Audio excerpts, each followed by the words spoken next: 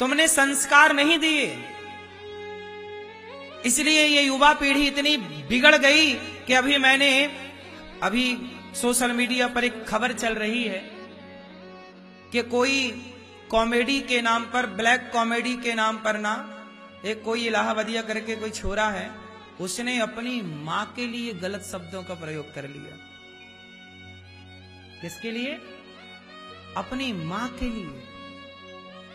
और लोग ताली बजा के हंस रहे हैं कॉमेडी के नाम पर। वो कह रहा है कि वो कह रहा कि माँ बाप जो होते हैं ना, माँ बाप, पति पत्नी, मतलब माँ बाप, अब माँ बाप का जो पर्सनल कार्य है, अब उसमें किसी पुत्र का क्या हस्तक्षेप हो सकता है? लेकिन वो कह रहा है कि मैं भी इसमें सम्मिलित होना चाहूंगा। सोचिए आज की पीढ़ी यहां जा रही है। मैं कह नहीं सकता उसके नालायक के शब्दों को, लेकिन आज की पीढ़ी कहां जा रही है? तुम माई लाइफ माई चॉइस के चक्कर में कहां चले गए? तुम सब कुछ गवा चुके। जब तुम्हारे संस्कार ही नहीं बचे तो फिर बचा क्या? रूप रंग काम नहीं करता, धन दौलत काम नहीं करती। रावण के पास था तो सोना, रहता तो था सोने की लंका में, पर पुतले फूके जाते हैं। क्या काम का वो सोना? हम भारत के लोग हैं, हम संस्कारवान लोग हैं। इस देश को संस्कारों से जाना जाता है। माता पिता के लिए अश्लील शब्दों का प्रयोग कर रहा है वो, और बहुत बड़े सुपरस्टार हैं, बॉलीवुड से जुड़े हुए लोग हैं। बॉलीवुड का काम ही यही है। इसलिए कहता हूं, जानो अपने कृष्ण के बारे में, जानो अपने भगवान के बारे में। भगवान किसे कहते हैं? सुनो, भगवान में कितने अक्षर हो गए? भगवान शब्द को जरा गिनो, टोटल करो। भा, बोलो, भा ग वा आ न, भगवा आ, 5 हो गए। भा मतलब भूमि, गा मतलब गगन, वा मतलब वायु, आ मतलब अग्नि, ना मतलब नीर। इन 5 तत्वों को ही भगवान कहते हैं। कोई कहे कि मैं भगवान को नहीं मानता। वैसे देखो, भगवान की परिभाषा अलग है, बहुत सारी परिभाषाएं हैं भगवान की, लेकिन उन सभी परिभाषाओं में आप ये मानो, वेद भी तो कहते हैं कम ब्रह्म खम ब्रह्म। आकाश कौन है? भगवान है। जल कौन है? जल कौन है? भगवान ही तो है। अच्छा बताओ, प्यास से आप तड़प रहे हैं और बिल्कुल प्राण निकलने वाले हैं, उस समय पानी क्या है? क्या बन जाएगा? भगवान। अन्न क्या है? अन्नम ब्रह्म। अन्न तो पृथ्वी भगवान, वायु भगवान। कैसे रहोगे भगवान के बिना? प्रकृति ही तो। इसलिए हम सनातनी पूजा किसकी करते हैं? प्रकृति की। किसकी करते हैं? प्रकृति। हम पहाड़ों की पूजा करते हैं, हम गिरिराज जी की पूजा, कामतानाथ जी की पूजा, नदियों की पूजा, समुद्र की पूजा, तुलसी की पूजा, वटवृक्ष की पूजा, पीपल की पूजा।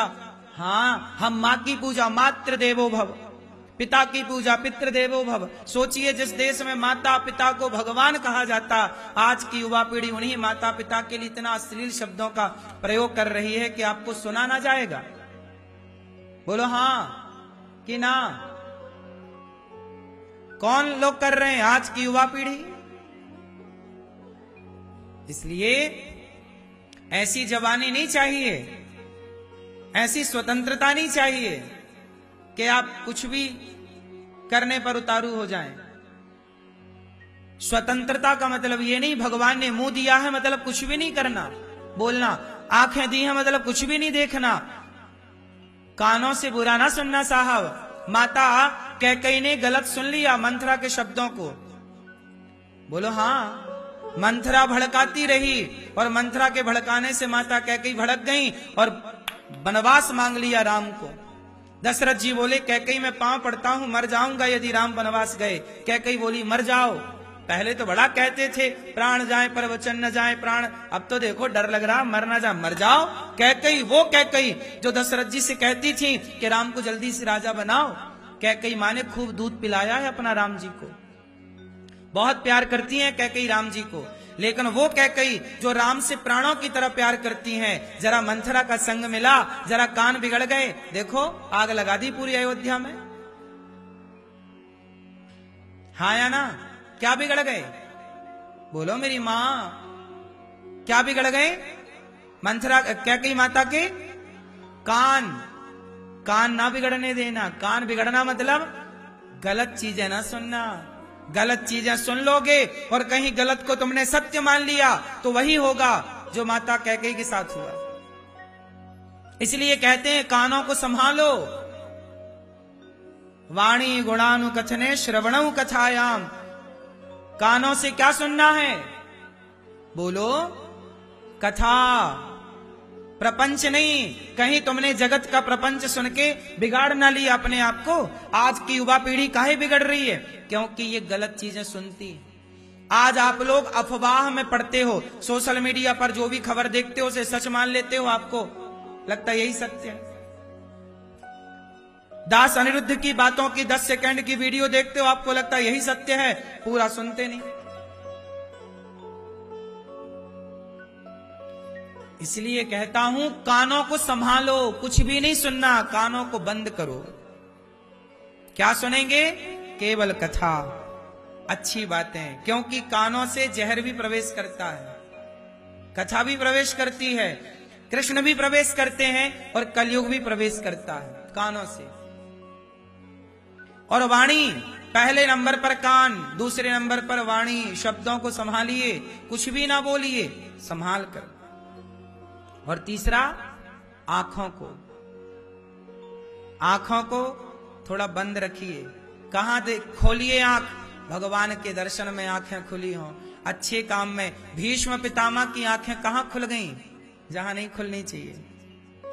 भीष्म पितामह कहां चुप हो गए? जहां नहीं चुप होना चाहिए। भरी सभा में जब द्रौपदी का अपमान हो रहा था तब भीष्म पितामह को बोलना था या नहीं?